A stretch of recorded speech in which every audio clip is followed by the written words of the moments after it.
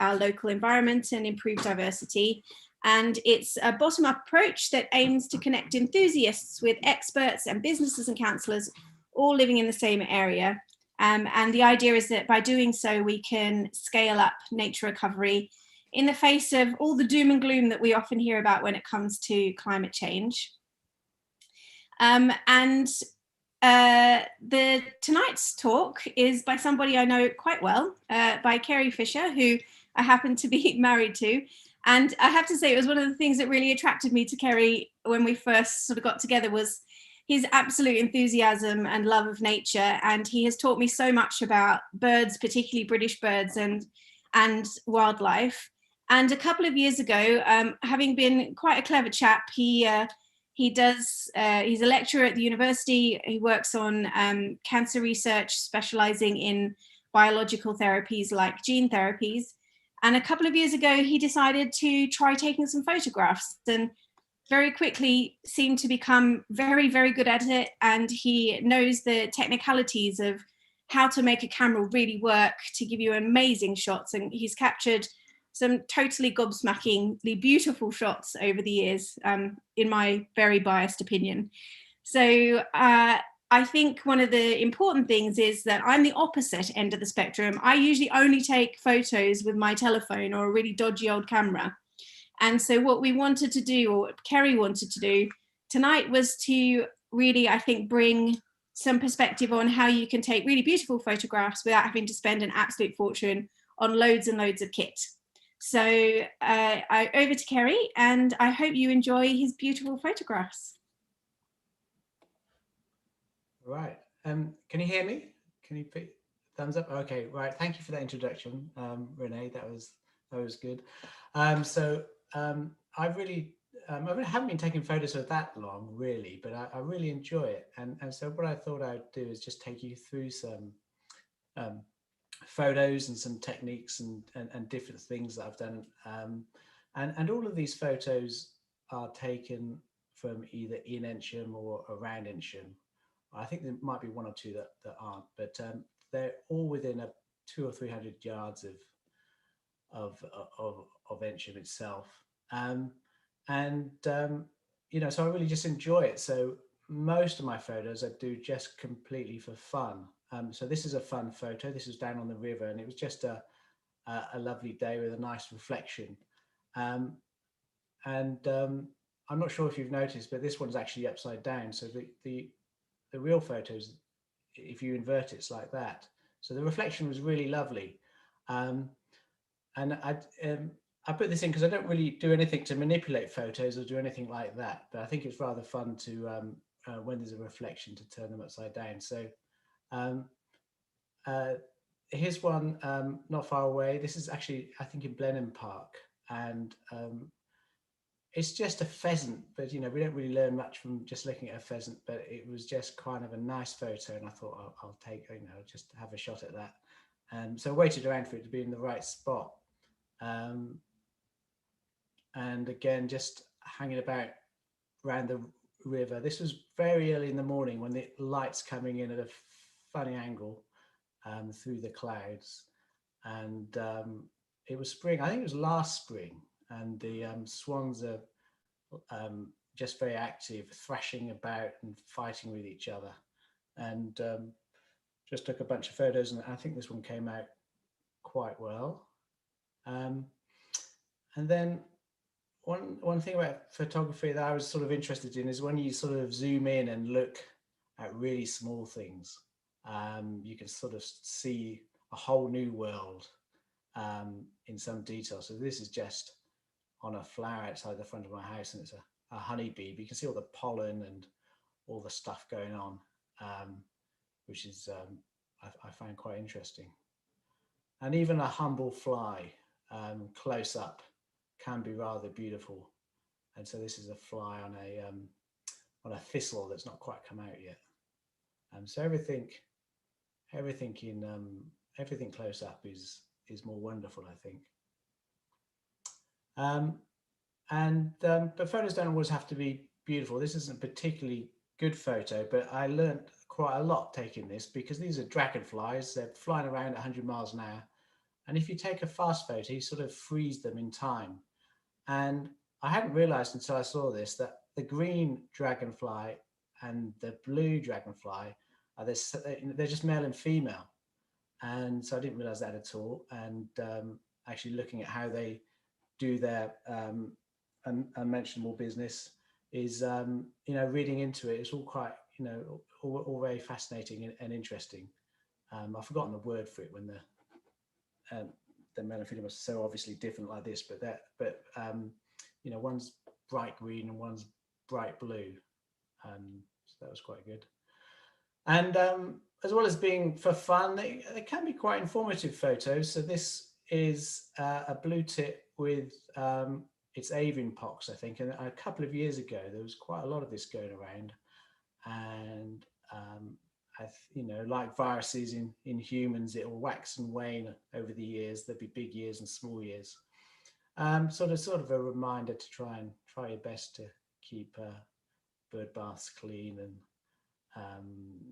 and feeders clean, although they will, it is something that will come and go, mostly on great tits, I think, but this particular one was on a blue tit. And not all photos are technically good. This is one of my favorites because it's the first picture I took of a jay. And it was only about 2 weeks ago. So I've been trying to take a picture of a jay and I've not been successful. And even though there's some faults in the photo, I like it because I like jays and I got the good bit anyway, the blue bit of the wing. And this particular photo, I love this photo because it was taken by my daughter. So and she was really pleased with it, and so and that's the main reason why I like it. So sometimes taking photos is very difficult. Some of the hardest things to take photos are birds flying around because they're often far away. They're up in the sky against the sun, against the bright light. It's hard to focus on them. It's really quite challenging. And to do some photography, it does seem to cost a little bit of money to get equipment that can do it, but it's not always the case. You don't always have to spend your way to good photos. It just helps when there's a fleeting something. So this is a barn owl down by the river, flying over the field. It was flying over the field for about 20 minutes, and I took about 1,000 photos, and hardly any of them were any good. This was the best one I got. It wasn't obliging and it wasn't facing me, unfortunately, but and I've been back so many times, but no, I haven't seen it since. But even so, it's very hard to capture fast, even with quite good cameras. It's very hard to capture fast-moving, flying things. Is even harder a small flying thing. I think this is a bee fly, but small flying things are really, really hard. So what I do with these is I tend to sort of spray and pray. You just sort of take as many photos as possible, and 1 in 100's quite, is all right. So I thought this was a bee, and then somebody identified it as a fly. And shy things, they're hard. So I've always wanted to take a picture of a tree creeper. I quite like tree creepers, but they're very shy, very fast. And not from this angle, but from the other angle, they're very well camouflaged. So they're quite a cute little bird, very small. This was in the oak tree on the way to the wharf stream. But often you don't need to do anything. So this is a photo. Obviously, this isn't from Mensham. I thought I'd point that out. I think this is an island, but just to say that sometimes you don't need to do anything. You don't need to try it. I just got out of the car and pressed the button on my phone, and so it's just a phone photo of this scene. Didn't do anything. And the same with this one, really. It's the meadows, just I think just north of the river, and because nature's so lovely and beautiful, you can't fail to take a nice photo. I could have taken a picture in any direction and it would look just as good. But getting back to sort of the hard thing. So this is a stone chat, and taken down by the river, and the camera and lens that I used to take this would probably cost about £3,800 if you paid for it new, or about 1,500 second hand. But it's a photo that allows you to get in close, and you can see all the feathers, and you can see all these lovely little patterns, and you can see the eye, and it's all very, very nice. But this one probably has just as much detail on it, but it was taken with a camera that cost about £120. So second hand, it was an old camera, £120. But it's just about, I think it's, you know, just as detailed, just as interesting. And then this one's really didn't really cost anything. It was an old phone that I was going to recycle. And, you know, if you, in the right way, it takes photos that is just as good. So there's lots of detail. You can see everything about the bird. And so it was a, you know, it's essentially it was for free, because I bought a phone and the camera came for free. I didn't buy it for the camera, and it's using a free app that allows you just to take some photos up by itself, and so you don't need to spend very much money to get these sort of real sort of crystal clear shots.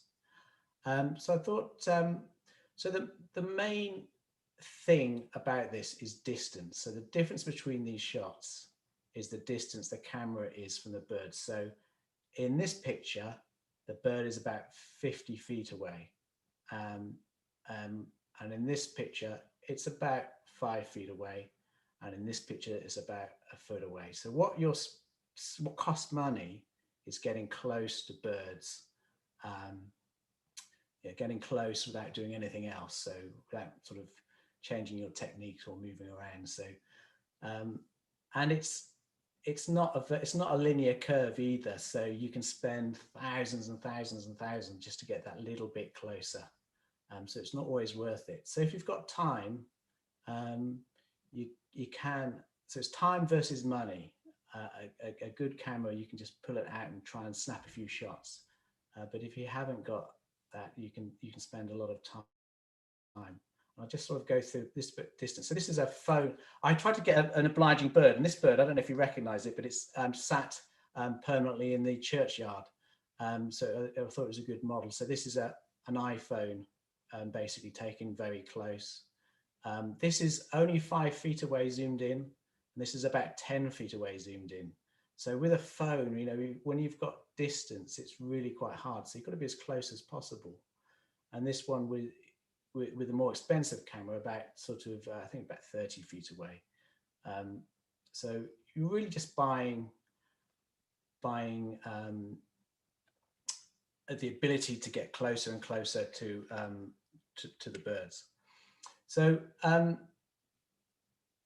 think that's, you know, that's the main thing. But there is another way, and so probably the way I found to do best with an old camera, an old phone, is set it up on time lapse and just put it where something might appear. Now this is an old camera. It's probably about 15 years old. It's falling apart. I bought it secondhand. It's actually held together by I think this is a hairband for my daughter. I don't know if she knows where it is, but here it is, and it's actually facing over here. To a perch that's near a bird feeder, and it just so happened that this robin sat on it, and it looks like it's doing something on the camera. But anyway, cheap old nasty camera doesn't, and this is the picture that it took. Well, actually, to be honest, it took about 2,000 pictures, mostly of a branch with nothing on it. So essentially, it's time lapse. So you set the camera up, set it off, and it will just take photo after photo after photo, and then you've got to scroll through for about 30 minutes until you find something good. So you pre-focus it and everything. So and then but they do take wonderful photos that otherwise would cost you a hell of a lot of money to do it, you know, with a sort of a super duper camera. So the second tip, apart from is to buy a chair. I mean, a chair is probably the best photography equipment you can buy, you know, the best value for money. So what a chair does is it stops you walking around and encourages you to sit down, because it's, you know, and wildlife does come close, a lot closer to you when you sit down. So when you're standing up and moving around, a lot of things, you know, animals and birds, they have this sort of safety distance from you, and it's about, maybe it's about 50 yards or 100 yards if you're walking around. As soon as you sit down and still, it comes right into about 20 yards. So you've just saved yourself from buying, you know, a £3,000 lens just by buying a chair. The other thing you can do to improve your chances of seeing things is not take children or dogs, because again, they just, you know, everything seems to be an extra 100 meters away from you under those circumstances. But sitting down is really good. So I sort of learnt my lesson with dragonflies, really. So when I first tried to start taking pictures of dragonflies, I was jumping around like a ninja trying to get pictures of them, running all over the place. I'm not really being successful. And then after exhaustion, I just sat down, and then within probably about 40 minutes, I got all of these other photos. These are all from the same spot by the wall stream again. And you just wait for them to come close enough to you. So, and they're all different, I don't know what they are, all different dragonflies. And if you're still, they just come close enough, you know, by chance. And probably that, you know, that because you're still, you know, they're not exhibiting any panic behavior or anything like that, and they can stay there for quite some time. Blue one, and this big whopper, I forgot what it's called, but it's a splendid thing, with lots of detail in the wing there. I do like close-up stuff, and I'm still trying. Close-up is something you can do with phones. So phones are fantastic for close-up if there's a lot of light. So you know, they're really, really good. So you know, simple cameras can be really excellent with close-up work. And these are with a very cheap camera. As if the sun's out, especially, you can get some really good. And if you haven't, just bring a torch. If there's something very small, you know, actually a torch helps quite a lot to give a bit of extra light. So just scroll through food. Oh yeah, so here's a. I think this is the thing I learned mostly, is just to take loads and loads of photo and then delete most of them. So most of the photos are rubbish. You know, they're really terrible, and they fill up your hard drive, and you're sifting through millions of crap photos just to see the one or two good ones. So if you delete them all, delete all the rubbish ones, and then it sort of seems to be the whole collection gets better. That's so getting rid of rubbish ones is better than trying to take better photos, if you see what I mean sometimes. And then sorting out photos. This can be a tricky thing, because you know, I think many of us do take loads of photos, and they just sit on your hard drive doing nothing, and you don't know what to do, and they piles up and nobody sees them, and they just sit there unseen. So I reckon it's a good idea to get a good program, and just choose one you get familiar with, and use it quite a lot.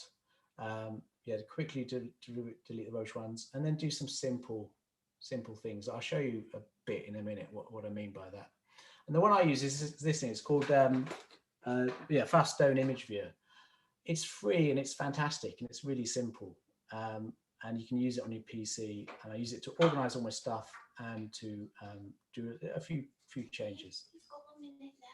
Okay, so just this last little sequence. This is a buzzard taken from the churchyard. It's sort of out of focus here. It's getting into focus, and it sort of gets a bit interesting and then goes out of focus. And so what I would do usually with this program is just pick one I like, and maybe just make a few changes. That's sort of all really. So I might crop in to make it a bit closer, and that's it really. That's all I would do. Maybe sort of change the light a little bit, but very little. So this software is very good for that. You can crop in and just change around with the light just a little bit, and so it's very handy for that. And I think that's about time up. Oh yeah, so this is photographically it's a mistake, but I really like it. It's a grey wagtail, and I like the movement in it. But not every photo that's technically perfect is really good.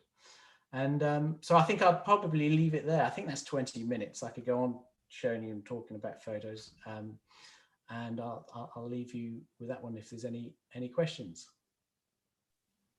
All right, thank you, Kerry. I have got quite a few questions that have come in. Kerry, could you, as much as that's a beautiful picture, could you stop sharing your screen so that we can kind of bring other people into the conversation? And while you're doing that, I just had a revelation. I've just understood why you love photography so much and why it works for you. Because it's just like science. You have to fail 1,000,001 times before you get something to work once. That's totally makes sense now. Right, so on to the questions. The first one that came in was from Nikki Chambers. Nikki, do you want to ask your question? Oh, actually, it was more of a statement. Yes, I'm just interested to know whether any particular time of day do you find you get better pictures with either light or indeed, behaviours of the animals.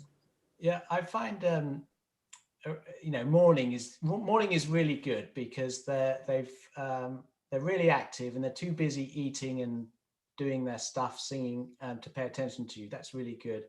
And then I find about 10 to 11, it's really quiet. I don't know. It's just around Ensham. There's almost nothing going on. Even on the bird feed or anything, it's just completely dead. And then there's a bit more activity again after lunch, and then all the evening stuff happens. But morning is fantastic. That's just the best if you can get up and walk around.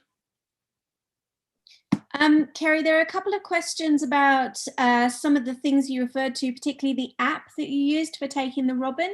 I'm wondering, presumably, Lucy, we can circulate some links afterwards. Might be the easiest way to do that. Yeah, I forgot what it's called, but yeah, it's a free app and it allows you to just control your phone and do a time lapse.